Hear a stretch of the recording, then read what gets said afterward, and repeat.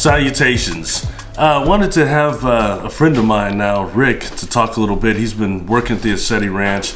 I had the pleasure of meeting him on my first drive back. I was picked up by him and Peter Maxwell Slattery. And some of the first thing he said to me was, I kind of been following your work and I found out you was a brother. And you kind of helped me come to being out here. So I really appreciate that, man. And I think it's important that we see that, that this ranch has been open to all cultures. And this conference has been really cool. I've learned things from him, and he's had some amazing experiences, and I would like for him to go into detail about, because I think it's what this land is all about. It shows how the land can heal you and bring you to further awareness. It's not just talk, it's the real deal. So I'll turn it over to Rick. Thanks, Barry. No problem. Thank you. My name is Rick. I've been here at ECETI for 9 weeks now. Came in as a cook on their volunteer program. Of course, I didn't really expect to be here for as long as I have, but the land just seemed to be beckoning me to stay for a certain amount of time, and I kind of, had this intuitive hit, to get over here at the, during this specific time, and I've felt intuitively that I would have some kind of contact with, my star family, or basically is what I felt. I've always had a connection to the Syrians through, I've got one of the main past life memories that I have is being at the pyramids, and specifically underneath them, these waterways, the crocodiles. Not quite sure, I haven't figured that one out yet, but so the thing about this place is, what I've learned is, things don't really start happening until you're, we all come here with certain things, issues, certain, blockages or whatever you want to call it, that we have inside that we're dealing with, and it's all about that self-mastery, really. And so there's a lot of ups and downs, first month or so, and really it was all a test. And it really gave me the opportunity to practice a lot of these things that you hear about, especially these unseen negative influences, and just your own internal stuff that ends up keeping you from fulfilling your potential.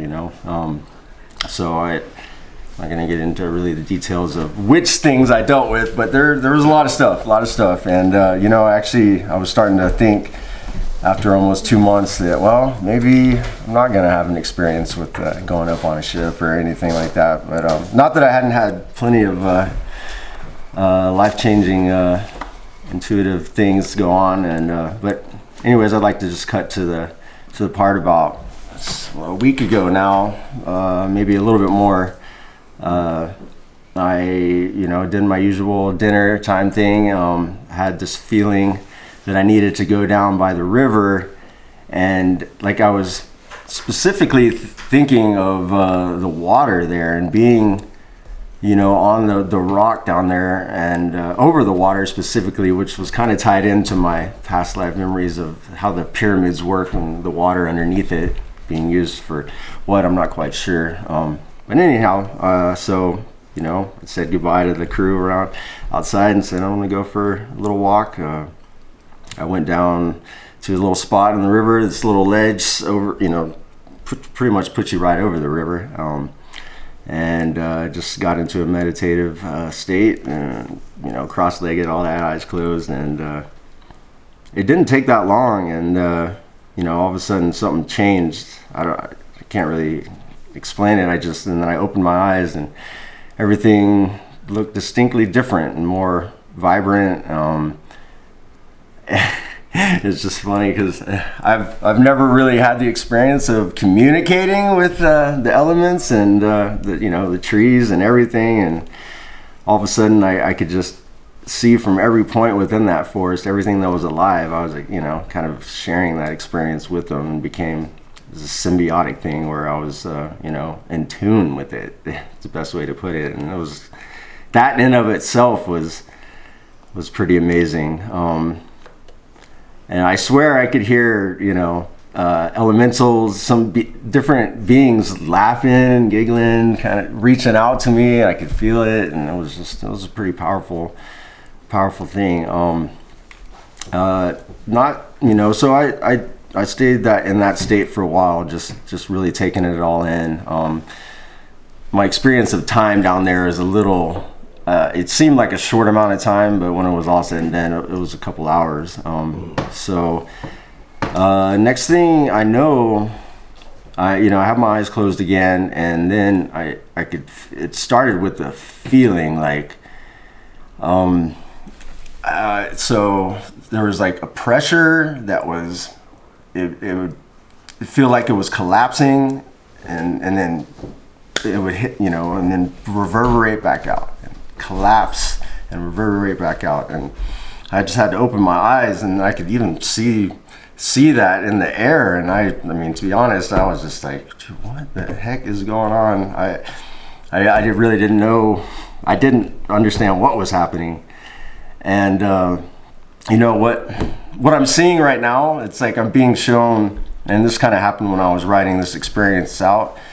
And I'm going to explain it in the best language that I have. But what I'm seeing is I'm being shown 2 Einstein-Rosen bridges, which is like, I think it's like a wormhole that connects 2 different points in space-time. Seeing them coming out from each other and then like opening up and coming back around, and collapsing back in on a singularity and then back out again. And that's what I'm seeing with, I guess, and then so as that's happening, I open my eyes again. I'm starting to get a little dizzy, like, holy crap, what's going on here? And then something catches my eye out of the corner, and I look, and I'm seeing these gold, I'm going to refer to them as alien hieroglyphs, because I don't know. There was some picture kind of language thing that I couldn't understand, but I had to rub my eyes and look again. They're still there, and I could see the rock that I'm standing next to. So I thought it was writing that was going across the rock. Like, did I just activate some sacred site or something? And as soon as I start to think that it's literally on the rock, I can see that it's not, and then something else is coming into view, and then something catches my eye. I look, and it's like it's being like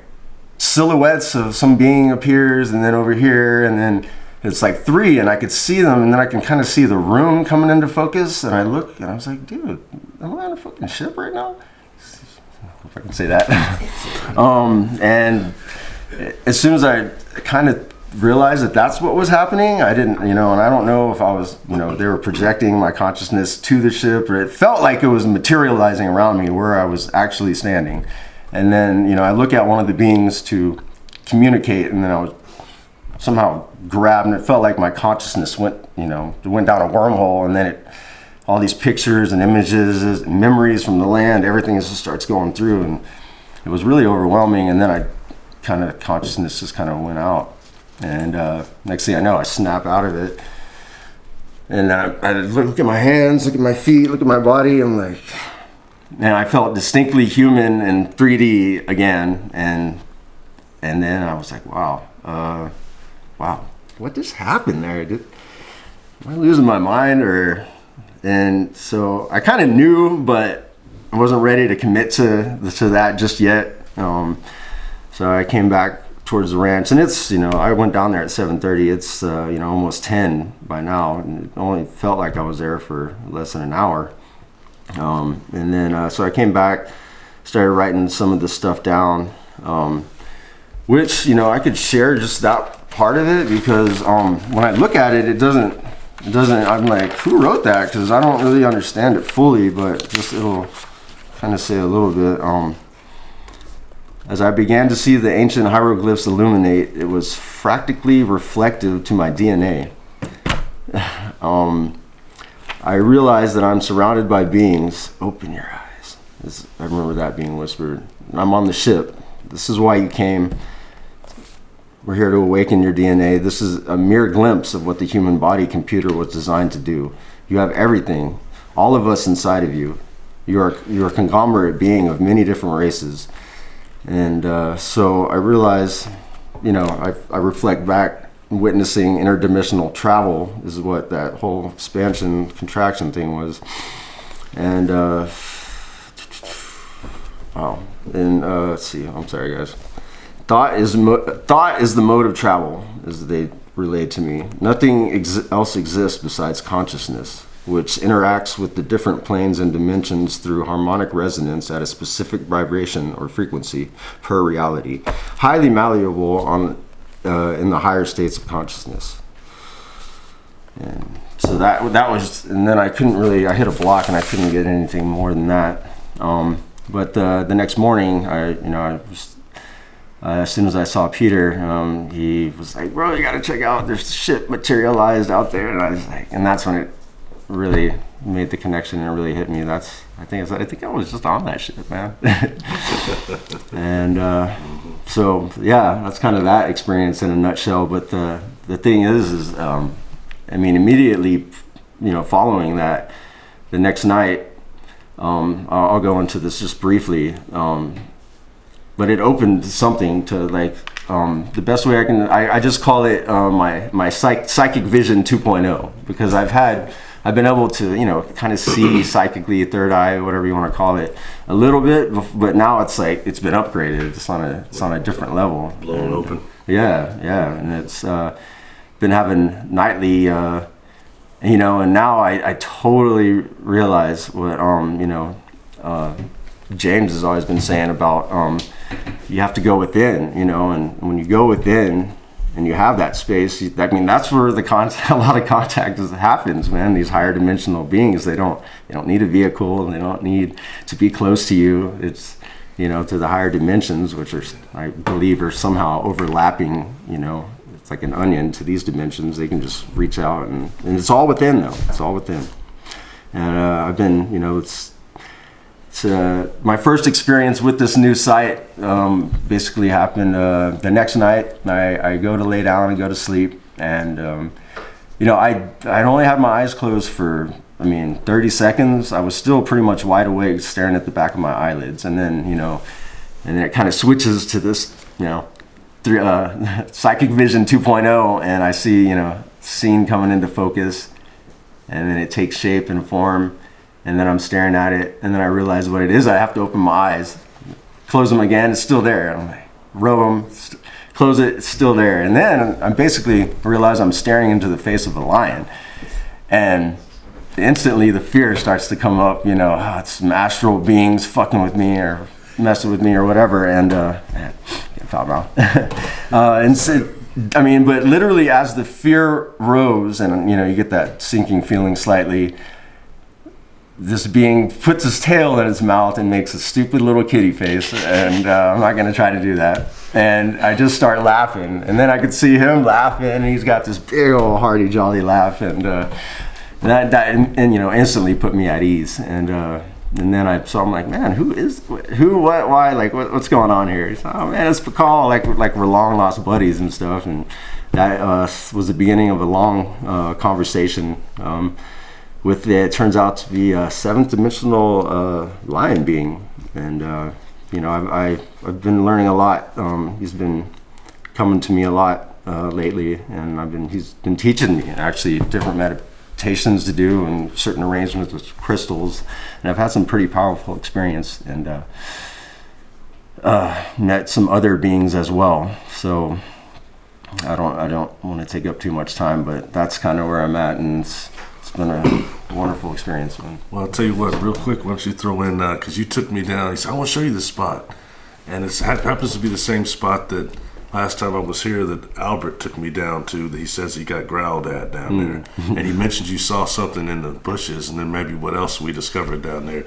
You said you thought it was meant for me. Yeah. Brother, I think it was meant for you. So maybe you want to hit on that a little. Yeah, I kind of skipped over that part. But, the Sasquatch, it's a funny thing, because that's one of the things I didn't get much experience, I guess, growing up in the South. They have them down there apparently, but it's not big stories you hear all the time. And when I would hear them, it was real easy for me to disregard, whatever.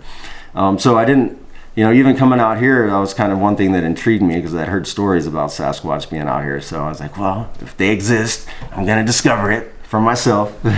And Didn't have, I mean, I've heard some weird stuff at night, and I distinctly feel like I'm being watched the first 2 weeks I was here every time I leave my tent. I don't know if that's related, but while I was communing with nature before that, I had this interaction with this, consciousness ship or whatever it was. When I was communing with the forest, and I thought I heard the laughter and stuff, and then it was a very distinct telepathic communication from Sasquatch, and I don't remember. It was more of like a feeling. It wasn't necessarily words, but it was like, hey guys, it's Sasquatch. I exist. Bam, and then it was gone, and I was just like, huh. And then right then and there, I knew. I said, man, that was him. It's an interdimensional thing. He definitely made me realize that you could spend your whole life looking for a Sasquatch, and you'll never see one unless they allow you to perceive them. I think they're very highly intelligent, the kind that's out here, anyways, and interdimensional as well.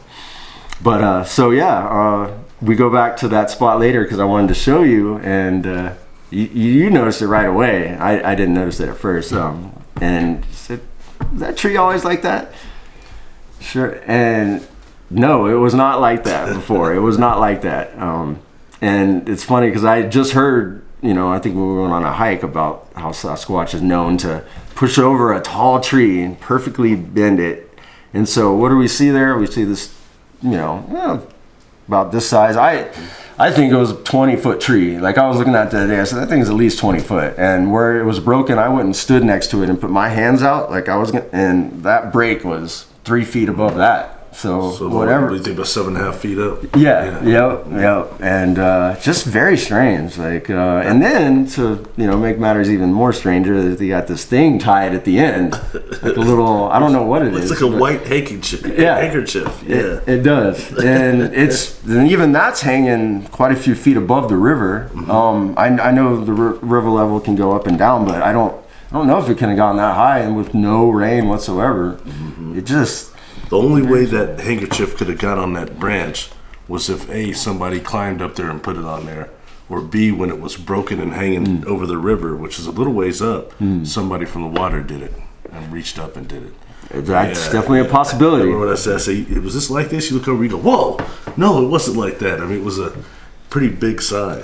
Did you see something back there once? Like, kind of. I totally forgot about that. Yeah, that was part of what was going on before the other thing. But it's all the same day. Yeah, I was looking, and I could see the outline of this massive thing, and I'm just, I'm like, dude, it's a trick of light. But I stared at it for a good 15-20 minutes, and this looked like a solid, humongous being, like, I don't know, 40 feet high.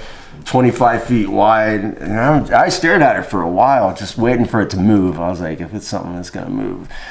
Never did, but I started asking people a couple questions, like, is there anything that there's that big out here? And someone mentioned something about mountain giants.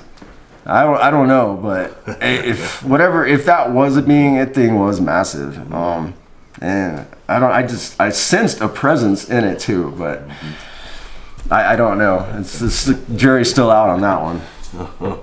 It's interesting because we're out here now, and I've always heard about Dalaki a lot, and I had experience with the one that addressed me as elder. Okay, didn't see him, but those things are pushed 8 feet up, so he had to been pushing over 10 feet. But I always wondered, what does Dalaki's dad, the Alpha, I don't hear much about him. Who is he? How big is he? And who's had interactions with him? But anyways, neither here nor there. Anything else you want to finish up? Well, just while we're talking about it, have you heard of Sasquatch being referred to as the Ancient One?